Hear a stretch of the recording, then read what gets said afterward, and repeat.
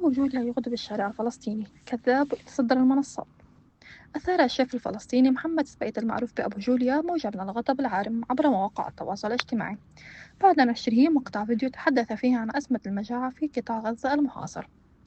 في الفيديو الذي لا يتجاوز مدته الدقيقة والذي صوره من مكان إقامته في الأردن، تحدث أبو جوليا عن دخول 36 شاحنة مساعدات إلى قطاع غزة عبر الهيئة الخيرية الأردنية الهاشمية بالتعاون مع منظمات أخرى، مشيرا إلى تحسن نسبي في توفر القمح في جنوب ووسط القطاع. كما أعرب أبو جوليا عن أمله في أن تصل المساعدات الإنسانية إلى شمال غزة حيث تقيم عائلته.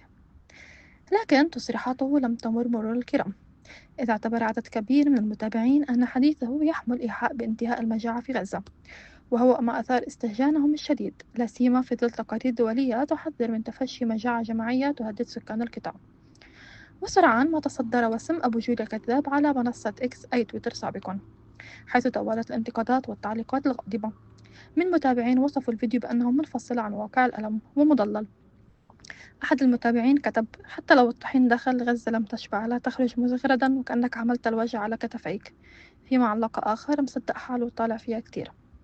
في المقابل تأتي هذا الضجة في وقت حرج، حيث حذرت أكثر من 100 منظمة غير حكومية من بينها أطباء ولا حدود والعفو الدولية من تفشي المجاعة في غزة نتيجة الحصار والحرب المستمرة منذ أكثر من 21 شهرا، داعية لوقف فوري لإطلاق نار وفتح المعابر لتسهيل تدفق المساعدات.